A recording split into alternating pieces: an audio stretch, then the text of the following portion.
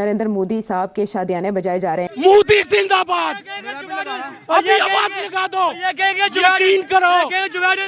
आज अगर आप मोदी के नारे पाकिस्तान में लगा रहे हो, मोदी है तो मुमकिन है। मोदी साहब हैं, इनको कुछ अरब ममालिक में बुलाकर अवार्ड दिए जाते हैं, इनके गले में कीमती हार डाले जाते और हैं। बकायदा तौर पे पाकिस्तानी हिंदू कम्युनिटी जो वहाँ पे जा चुके थे इंडिया में, वहाँ पे जाके उन्होंने नारे लगाए हैं कि मोदी हमारे लिए अवतार है। नरेंद्र मोदी साहब जो 2 बार वजीर आजम रह चुके हैं, वो नाकाबिले शिकस्त समझे जा रहे हैं। अगर लोग उससे कायल होते हैं तो इसका मतलब है कि उसमें जान है। आपने कहा कि भारत के लॉन्ग टर्म स्ट्रेटेजिक ऑब्जेक्टिव्स हैं, गोल हैं, मतलब लंबा सोच रहा है, ग्रेट पावर ऑब्जेक्टिव्स हैं।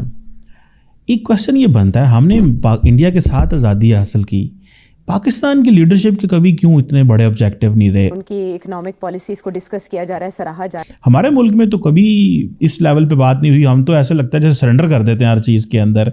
लेकिन इंडिया में ऑटोनॉमी की भी बात हो रही है और वो कॉन्टीन्यूसली ग्लोबली भी वो कह रहे हैं कि हमारे ग्लोबल डिज़ाइंस हैं। उसकी वजह से पाकिस्तान आइसोलेट हो गया। बाकी दुनिया सारी सेकुलर एजुकेशन है, पाकिस्तान के अंदर सेकुलर एजुकेशन सबटाज हो गई है। लेकिन मोदी साहब ने करप्शन को काफी हद तक कंट्रोल किया है, क्योंकि मोदी साहब खुद करप्ट नहीं है। मोदी साहब ने नेशनलिज्म दिया है, वो उनका तोहफा है। नमस्ते दोस्तों, जय हिंद। हिंदुस्तान स्पेशल में आपका स्वागत है दोस्तों। 22 अप्रैल को राष्ट्रपति भवन में पद्म पुरस्कार विजेताओं को सम्मानित किया गया। इस दौरान प्राइम मिनिस्टर मोदी का एक वीडियो सोशल मीडिया पर खूब वायरल हो रहा है, जिसमें वह पद्म श्री पुरस्कार से सम्मानित किए गए द्रोण भुइयां के पैर छू रहे हैं। यह वीडियो सोशल मीडिया पर खूब वायरल हो रहा है। दरअसल Pakistani media prime minister Modi की उदारता देख सकते में है। असम के रहने वाले द्रोण भुइयां एक नामी कलाकार हैं। पद्म श्री पुरस्कार से सम्मानित द्रोण भुइयां ओजापाली और देवधानी नृत्य के जानकार हैं। उन्हें संस्कृत मंत्रालय द्वारा गुरु की उपाधि दी गई है। इसके अलावा उन्हें असम संस्कृति महासेवा की तरफ से जीबोन जोरा, साधोना बोता और असम संस्कृति की ओर से बिशु रब्बा सम्मानों से सम्मानित किया जा चुका है। पद्म श्री भुइयां द्वारा असम के दरांग में कला को बढ़ावा देने के लिए ट्रेनिंग सेंटर भी खोला गया है। अब इस समारोह में प्राइम मिनिस्टर मोदी की उदारता देख पाकिस्तान हैरान है। तो चलिए दोस्तों, आज की वीडियो की तरफ चलते। Thank you so much. जो सबसे बड़ी चीज दी है भारत को, वो नेशनलिज्म दिया है। और फिर उन्होंने करप्शन, मैं ये तो नहीं कहूंगा बिल्कुल कि India is corruption free. Ultimately corruption क्या होती है? अपॉर्चुनिटी मिलती है और उसके ऊपर कमजोर ह्यूमन जो होते हैं उस पर हाथ साफ करते हैं अपने। तो वो एक इंसानी जिबिलत है। अमेरिका के अंदर भी बहुत है करप्शन, इसमें कोई शक नहीं। लेकिन मोदी साहब ने करप्शन को काफी हद तक कंट्रोल किया है, क्योंकि मोदी साहब खुद करप्ट नहीं है। मोदी साहब ने नेशनलिज्म दिया है, वो उनका तोहफा है। और दूसरा, हिंदुत्व के बारे में मैं हमेशा ये कहता हूं कि हिंदुत्व उन्होंने किया ठीक है, क्योंकि उनका हॉलोकॉस्ट भी हजारों सालों का है। यहाँ पे इन्वेडर्स ने क्या नहीं किया, जिस तरीके से तो ऑलमोस्ट 2400 साल या कितना कहते हैं जाके इन्वेडर्स ने क्या क्या नहीं किया। इन्होंने क्या क्या मंदिर नहीं तोड़े, क्या कुछ नहीं किया, उनके साथ ज्यादतियां करते रहे हैं। चाहे ब्रिटिश थे, चाहे पठान थे, चाहे गौरी थे, चाहे मुगल थे। मैं refuse to accept them as my heroes, क्योंकि मेरे हीरोज वो नहीं थे। मेरे हीरोज मैं समझता हूँ लोकल होने चाहिए, चाहे वो महाराजा रणजीत सिंह हो, चाहे दुल्ला भट्टी हो, चाहे वो भगत सिंह हो। जो लोकल, मैं लोगों को हीरो समझता हूँ, चाहे कुछ भी हो। मजहब जो होता है, रिलीजन पर्सनल मैटर होता है, और जो मैं उसको उसके अंदर ना चाहता हूँ, ना उसको ये कुरेदता हूँ। Personalities matter, their services for the local land. तो वो मैं, this is what my opinion about it. लेकिन ये कि फिर अल्टीमेटली हमारा एक गैरिजन स्टेट है पाकिस्तान। 50s में हमने जब इसको एक डिफेंस ऑफ गैरिजन स्टेट बनाया, तो उसमें ये जरूरी हो चुका था कि हर वक्त लोगों को खौफ की हालत में रखा जाए। बकायदा तौर पे पाकिस्तानी हिंदू कम्युनिटी जो वहाँ पे जा चुके थे इंडिया में, वहाँ पे जाके उन्होंने नारे लगाए हैं कि मोदी हमारे लिए अवतार है।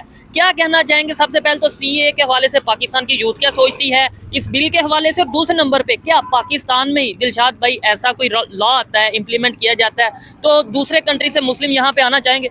सबसे पहले तो हम इसके बैकग्राउंड में जाते हैं। ये बेसिकली सिटीजनशिप अमेंडमेंट एक्ट है, जो कि 2019 में इंडिया ने पास कर दिया था, जिसको अभी उन्होंने इम्प्लीमेंट किया है। और ये उन लोगों पे इम्प्लीमेंट हुआ है जो कि दिसंबर 31, 2014 से पहले के लोग रह रहे हैं या उस वक्त तक रह रहे हैं। तो ये जो डायरेक्ट इमीडिएट बेनिफिशियरीज हैं वो इसके तकरीबन 30,000 लोग हैं। और ये मेजोरिटी वहां से लोग आए हैं जो कि मुस्लिम कंट्रीज हैं, जैसे कि पाकिस्तान से, बांग्लादेश से और अफगानिस्तान से।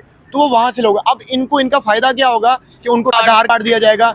इंडिया में उसको कार्ड कहते हैं, हमारे यहाँ आइडेंटिटी कार्ड होता है, आधार कार्ड मिल जाएगा। उससे उनको ये राइट्स मिल जाएंगे, वहाँ पे प्रॉपर्टीज खरीद सकते हैं, वहाँ पे गवर्नमेंट जॉब्स में अप्लाई कर सकते हैं। मतलब कि वो वोटर आईडी भी उनको मिल जाएगी। वो एक तरह के उनको प्रॉपर सिटीजनशिप बन जाएंगे, सिटीजन बन जाएंगे और उस मुल्क की तरक्की के अंदर वो अपना अहम किरदार अदा कर सकते हैं। उनमें बहुत सारे ऐसे लोग होंगे जो डॉक्टर्स होंगे, जो इंजीनियर्स होंगे, जो कि उस मुल्क के अंदर अपनी एफर्ट्स पुट करेंगे। और ये हर मुल्क में ही ऐसा रूल होता है। आप यूरोप चले जाएं, वहाँ पे भी 4, 6, 10 साल के बाद आपको सिटीजनशिप मिल जाती है। और ये तो रूल होता है कि जिस कंट्री के अंदर बच्चा पैदा होता है उसको उसी कंट्री की सिटीजनशिप मिलनी चाहिए। ठीक है दिलशाद भाई, इधर एक चीज ये भी है, अफगानिस्तान से बड़ी तादाद में रिफ्यूजीज पाकिस्तान आए बहुत पहले, जब अफगान वार हो रही थी उस टाइम पे, लेकिन हमने तो बकायदा तौर पे उन्हें वापस भेज दिया, कुछ को बेच दिया, कुछ को हमने ये जो है कि स्टेप वाइज वापस भेज दिया। ये काम शुरू हुआ था जनरल ज़िया-उल-हक के दौर में, जो डिक्टेटर था। ठीक है, उसने कहा था कि जी हमारा मुस्लिम ब्रदर कंट्री है, हम ये भाई भाई हैं जी, हमने उसको बुला लिया, चाचा में उसको बुला लिया। अब उसके बाद वो 40 साल यहाँ पे रह के गए, ना उनको सिटीजनशिप दी है और ना उनको प्रॉपर यहाँ पे राइट्स मिले हैं। उन्होंने फिर 2 नंबरियां करनी शुरू कर दी। उसके बाद फिर इस वजह से स्मगलिंग भी बढ़ी और उसके बाद जनरल परवेज मुशर्रफ, दूसरा डिक्टेटर, हमारे सरों के ऊपर थोपा गया। ठीक है, जमहूरियत को तो ये लोग मानते नहीं है, उसने पकड़ के जो है वो अड्डे दे दिए इनको, अमेरिका को, अफगानिस्तान के अगेंस्ट। उसके बाद जो हमारी आए रोज बॉर्डर पे मसले बने होते हैं, हमारे यहाँ स्मगलिंग होती है। आप यही इस चीज को आप लीगल कर दें तो पाकिस्तान की इकोनॉमी को भी कोई फायदा पहुंचे। ऐसे ही है। जब हमारे ऊपर डिक्टेटर मुसल्लत किए गए हैं, उन्होंने तब इस मुल्क की तबाही फेरी है। अच्छा दिलशाद भाई, एक साइड पे हम ये कहते हैं मुस्लिम ब्रदर मुस्लिम उम्मा, इस तरीके से हम पूरी दुनिया में मुस्लिम कंट्री एक जिस्म की तरह, एक बंदे को दर्द होगी, पूरे इस्लामिक कंट्रीज को दर्द होगी। हम दूसरी साइड पे ये देखते हैं कि हमारे यहाँ पे सिर्फ नारे लगते हैं और वो लोग प्रैक्टिकली देखे, उन्होंने ये बोला कि भाई हमारी जो हिंदू कम्युनिटी है पूरी दुनिया में, खासतौर पे अफगानिस्तान, ईरान, अफगानिस्तान, पाकिस्तान और बांग्लादेश से जो इंडिया में आना चाहें वो आ सकते हैं। प्रैक्टिकली उन्होंने करके दिखाया।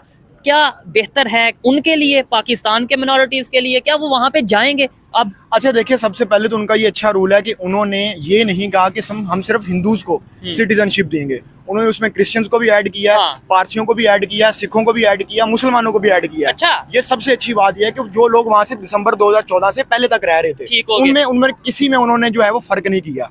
और दूसरा, अगर पाकिस्तान से हिंदू यहाँ से माइग्रेट करके गए हैं इंडिया, तो मुझे ये बताएं कि सबसे बड़ा सवाल तो मैं ऑडियंस के लिए ये छोड़ के जा रहा हूँ कि वो यहाँ से माइग्रेट करके गए क्यों हैं?